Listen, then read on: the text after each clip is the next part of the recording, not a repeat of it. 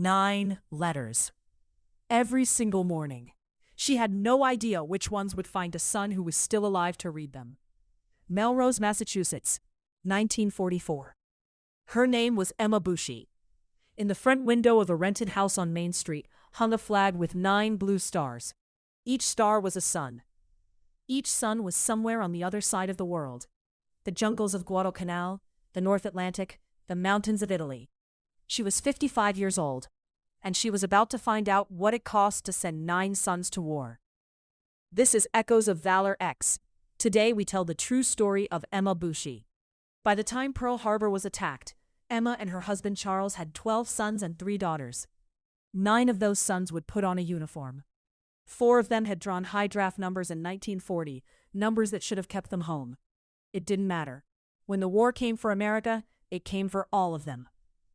Emma was born in a poor fishing village in Nova Scotia. French-Canadian and immigrant with almost nothing, she married Charles Bushy and crossed into Massachusetts chasing the same promise every immigrant chases, that her children would have more than she did. Charles found steady work as an industrial plumber at the Monsanto chemical plant in Everett. It was enough to pull the family up, rung by rung. 15 children in a modest 3-story rental on Main Street, next to the Boston and Maine railroad tracks. Every morning Emma stood in that kitchen, her domain, in a flowered apron, and fed a house full of boys who had no idea yet what the next 4 years would take from them. December 7, 1941 broke sunny and cold over Melrose. Emma was in the kitchen as usual. Charles was looking forward to a rare day off. By nightfall, everything they knew about their family's future had changed. One by one, the Bushy sons went. Will, Ernie, Tommy, Ray, the eldest 4, followed by the rest. 9 sons in total, scattered across 3 oceans. Emma's answer to a war she couldn't stop was the only weapon she had: a pen. Every morning, 9 letters. Care packages with socks, writing paper, stamps, anything that said someone is still thinking about you, to a son standing in mud on the other side of the earth. On Sunday, April 16, 1944, the doorbell rang. A man in a Western Union uniform stood on the porch. The telegram said the Secretary of War regretted to inform her that Private Freeman Bushy, 20 years old, known to his brothers as Zeke, had been missing in action in Italy since March 19th. Emma collapsed to the kitchen floor. She did not write in her journal again for weeks. But she did not stop writing to Washington. Letter after letter to the War Department, asking for anything, any word, any confirmation, any hope that missing did not mean what she feared it meant. Here's where it gets strange. Even not knowing whether Freeman was alive or dead, Emma kept writing him letters too, the same daily letter she wrote every other son, addressed to a boy who may have already been gone for weeks. She would not stop the ritual. Stopping felt like giving up on him. In July, Washington finally answered, not with Freeman, with a check for $40. Verify source needed for exact amount.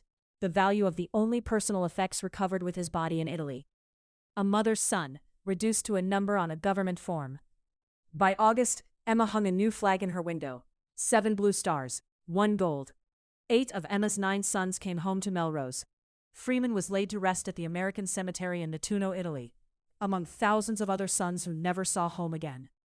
When the city of Melrose dedicated its war memorial, 700 people walked in the procession. Emma walked at the front, among the other Gold Star mothers who understood exactly what that gold star had cost. In 1946, the Secretary of War himself wrote to Charles and Emma. He told them he had learned they were the parents of 9 sons who had served their country. One of them had given his life. He wrote that in spite of their sorrow, they should feel a great sense of pride in what their sons had given to the war effort. Emma kept that letter for the rest of her life. 8 brothers came home and built quiet, ordinary American lives. They worked the line at Monsanto. They married. They raised their own children in the same town that once watched 9 blue stars hang in a window. Emma never stopped being the mother of 9. Only 8 of them got to grow old. She never asked to be remembered. She only asked every single morning for one more letter to reach one more son alive. If you had to write that letter, not knowing if it would reach him, what would you have said?